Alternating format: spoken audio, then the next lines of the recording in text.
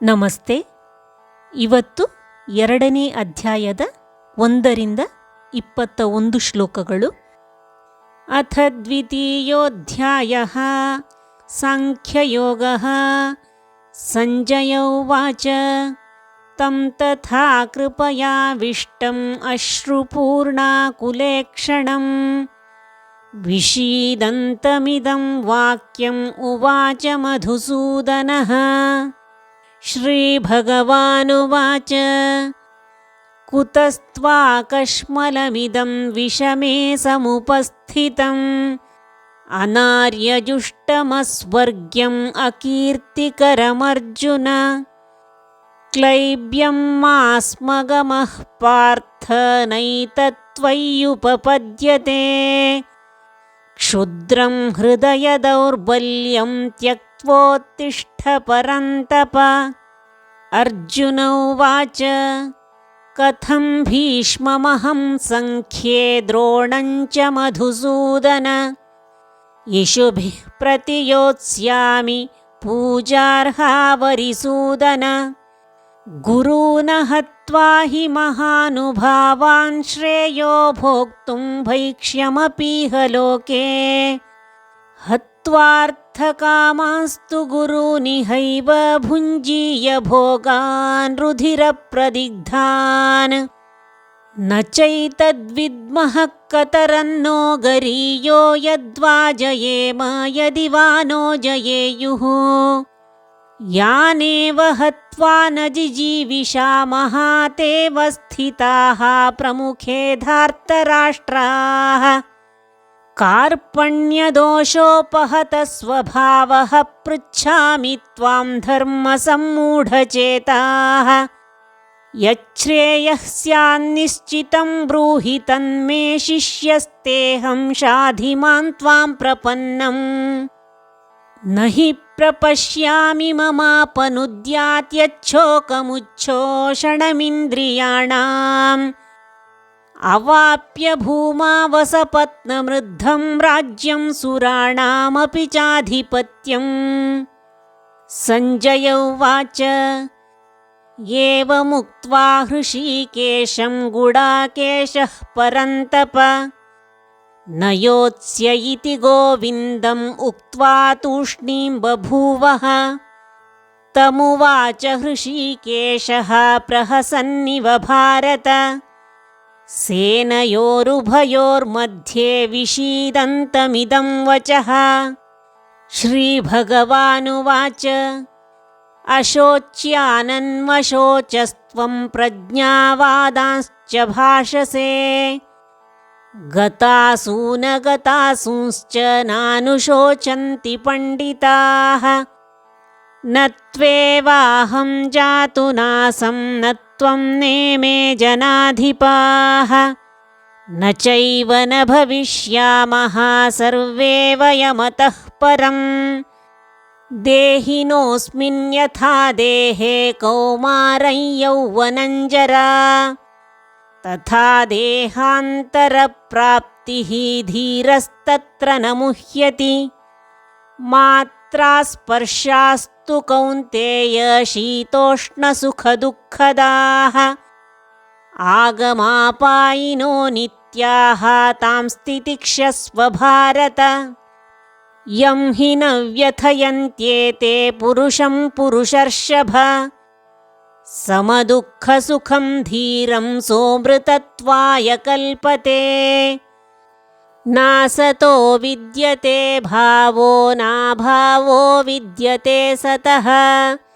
ಉಭಯೋರಪಿ ದೃಷ್ಟೋऽन्तಃ ತ್ವನಯೋಸ್ತತ್ವದರ್ಶಿಭಿಃ. ಅವಿನಾಶಿ ತು ತದ್ವಿद्धಿ ಯೇನ ಸರ್ವಮಿದಂ ತತಂ. ವಿನಾಶಮವ್ಯಯಸ್ಯಾಸ್ಯ ನ ಕಶ್ಚಿತ್ ಕರ್ತುಮರ್ಹತಿ.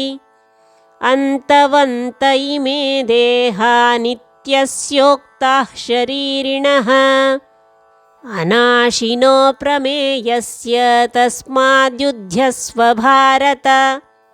ಯಯೇನಂ ವೇತ್ತಿ ಹಂತಾರಂ ಯಶ್ಚೈನಂ ಮನ್ಯತೆ ಹತಂ. उभौ तौ न विजानीतो नायं हन्ति न हन्यते न जायते म्रियते वा कदाचित् नायं भूत्वा भविता वा न भूयः अजो नित्यः शाश्वतोऽयं पुराणो न हन्यते हन्यमाने शरीरे वेदाविनाशिनं नित्यं ययेनमजमव्ययम् कथं स पुरुषः पार्थ कङ्घातयति हन्तिकम् ಇನ್ನೊಮ್ಮೆ ಅಥ ದ್ವಿತೀಯೋಧ್ಯಾಯಃ ಸಾಂಖ್ಯಯೋಗಃ ಸಂಜಯ ಉವಾಚ ತಂ ತಥಾ ಕೃಪಯಾವಿಷ್ಟಂ ಅಶ್ರುಪೂರ್ಣಾಕುಲೇಕ್ಷಣಂ ವಿಷೀದಂತಮಿದಂ ವಾಕ್ಯಂ ಉವಾಚ ಮಧುಸೂದನಃ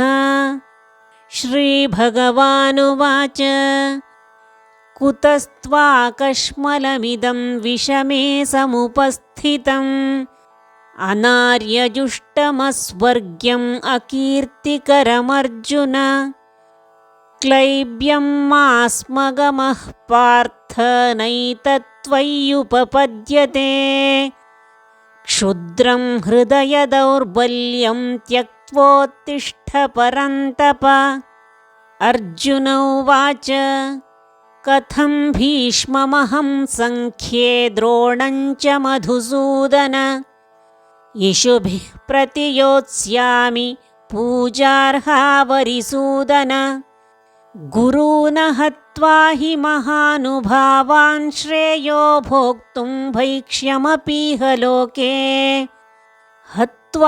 ಹತ್ವಾರ್ಥಕಾಮಾಸ್ತು ಗುರೂನಿಹೈವ ಭುಂಜೀಯ ಭೋಗಾನ್ ರುಧಿರಪ್ರದಿಗ್ಧಾನ್ ನ ಚೈತದ್ವಿದ್ಮಃ ಕತರನ್ನೋ ಗರೀಯೋ ಯದ್ವಾ ಜಯೇಮ ಯದಿ ವಾ ನೋ ಜಯೇಯುಃ ಯಾನೇವ ಹತ್ವಾ ನ ಜಿಜೀವಿಷಾಮಃ ತೇವ ಸ್ಥಿತಾಃ ಪ್ರಮುಖೇ ಧಾರ್ತರಾಷ್ಟ್ರಾಃ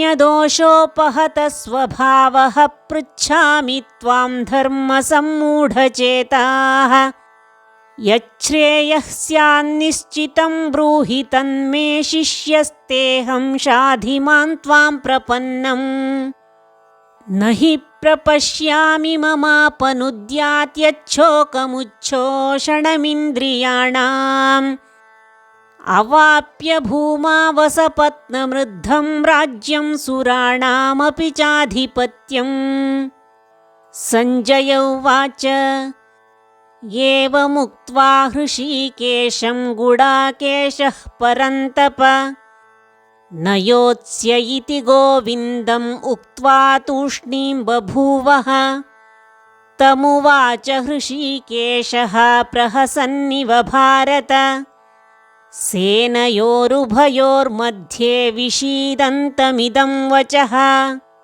ಶ್ರೀಭಗವಾನುವಾಚ ಅಶೋಚ್ಯಾನನ್ವಶೋಚಸ್ತ್ವಂ ಪ್ರಜ್ಞಾವಾದಾಂಶ್ಚ ಭಾಷಸೆ ಗತಾಸೂನಗತಾಸೂಂಶ್ಚ ನಾನುಶೋಚಂತಿ ಪಂಡಿತಾಃ ನ ತ್ವೇವಾಹಂ ಜಾತು ನಾಸಂ ನ ತ್ವಂ ನೇಮೇ ಜನಾಧಿಪಾಃ ನ ಚೈವ ನ ಭವಿಷ್ಯಾಮಃ ಸರ್ವೇ ವಯಮತಃ ಪರಂ ದೇಹಿನೋಸ್ಮಿನ್ ಯಥಾ ದೇಹೇ ಕೌಮಾರಂ ಯೌವನಂ ಜರಾ ತಥಾ ದೇಹಾಂತರಪ್ರಾಪ್ತಿಃ ಧೀರಸ್ತತ್ರ ನ ಮುಹ್ಯತಿ ಮಾತ್ರಾ ಸ್ಪರ್ಶಾಸ್ತು ಕೌಂತೇಯ ಶೀತೋಷ್ಣಸುಖದುಃಖದಾಃ ಆಗಮಾಪಾಯಿನೋ ನಿತ್ಯಾಃ ತಾಂ ಸ್ಥಿತಿಕ್ಷಸ್ವ ಭಾರತ ಯಂ ಹಿ ನ ವ್ಯಥಯಂತ್ಯೇತೆ ಪುರುಷಂ ಪುರುಷರ್ಷಭ ಸಮದುಃಖಸುಖಂ ಧೀರಂ ಸೋಮೃತತ್ವಾಯ ಕಲ್ಪತೆ ನಾಸತೋ ವಿದ್ಯತೆ ಭಾವೋ ನಾಭಾವೋ ವಿದ್ಯತೆ ಸತಃ ಉಭಯೋರಪಿ ದೃಷ್ಟೋಂತಃ ತ್ವನಯೋಸ್ತತ್ವದರ್ಶಿಭಿಃ ಅವಿನಾಶಿ ತು ತದ್ವಿದ್ಧಿ ಯೇನ ಸರ್ವಮಿದಂ ತತಂ विनाशमव्ययस्यास्य न कश्चित् कर्तुमर्हति अन्तवन्त इमे देहा नित्यस्योक्ताः शरीरिणः अनाशिनो प्रमेयस्य तस्माद्युध्यस्व भारत य एनं वेत्ति हन्तारं यश्चैनं मन्यते हतम् उभौ तौ न विजानीतो नायं हन्ति न हन्यते न जायते म्रियते वा कदाचित् नायं भूत्वा भविता वा न भूयः अजो नित्यः शाश्वतोऽयं पुराणो न हन्यते हन्यमाने शरीरे वेदाविनाशिनं नित्यं ययेनमजमव्ययम् कथं स पुरुषः पार्थ कंघातयति हन्तिकम् ಇನ್ನೊಮ್ಮೆ ಅಥ ದ್ವಿತೀಯೋಧ್ಯಾಯಃ ಸಾಂಖ್ಯಯೋಗಃ ಸಂಜಯ ಉವಾಚ ತಂ ತಥಾ ಕೃಪಯಾವಿಷ್ಟಂ ಅಶ್ರುಪೂರ್ಣಾಕುಲೇಕ್ಷಣಂ ವಿಷೀದಂತಮಿದಂ ವಾಕ್ಯಂ ಉವಾಚ ಮಧುಸೂದನಃ ಶ್ರೀಭಗವಾನುವಾಚ ಕುತಸ್ತ್ವಾಕಶ್ಮಲಮಿದಂ ವಿಷಮೇ ಸಮುಪಸ್ಥಿತಂ ಅನಾರ್ಯಜುಷ್ಟಮಸ್ವರ್ಗ್ಯಂ ಅಕೀರ್ತಿಕರಮರ್ಜುನ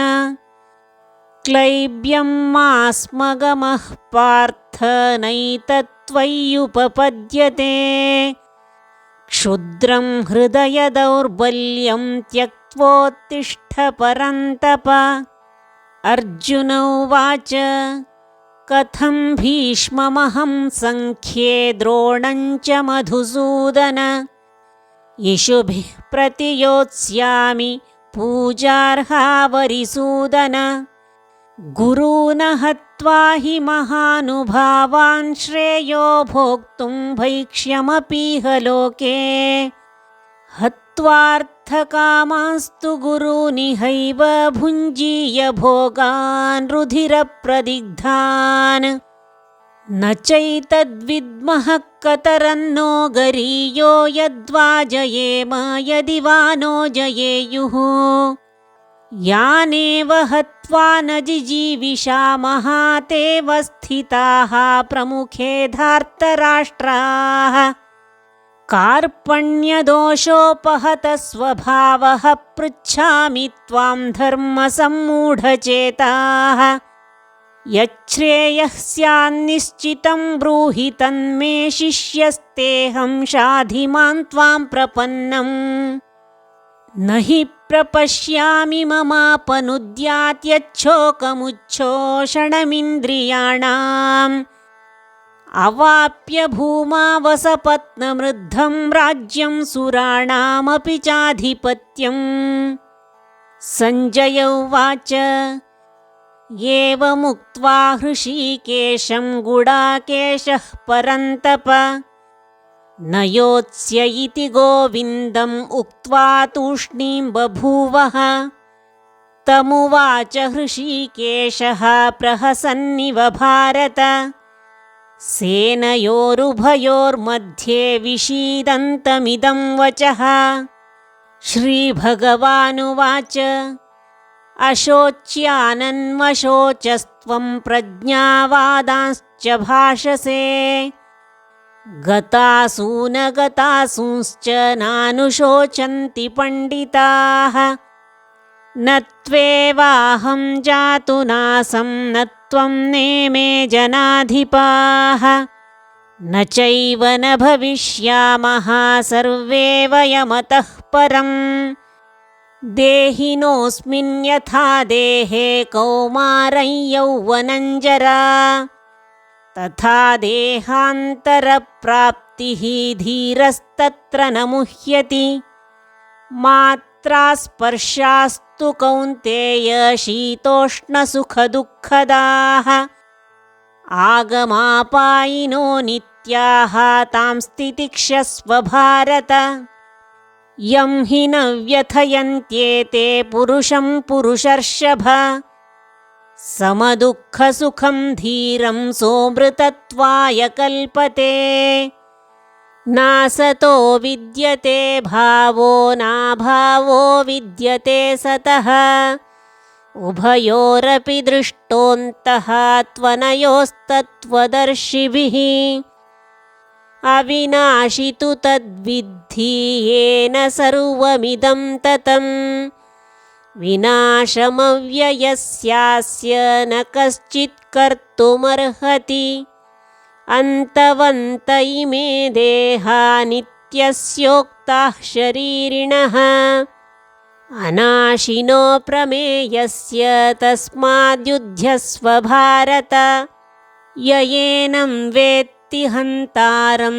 यश्चैनं मन्यते हतम् उभौ तौ न विजानीतो नायं हन्ति न हन्यते न जायते म्रियते वा कदाचित् नायं भूत्वा भविता वा न भूयः अजो नित्यः शाश्वतोऽयं पुराणो न हन्यते हन्यमाने शरीरे वेदाविनाशिनं नित्यं ययेनमजमव्ययम् कथं स पुरुषः पार्थ ಕಂಘಾತಯತಿ ಹಂತಿಕಂ. ಇವತ್ತಿಗೆ ಒಟ್ಟು 21 ಶ್ಲೋಕಗಳು ಆಯಿತು. ಮುಂದುವರಿದ ಶ್ಲೋಕಗಳೊಂದಿಗೆ ಮತ್ತೆ ಬರ್ತೇನೆ. ಧನ್ಯವಾದಗಳು.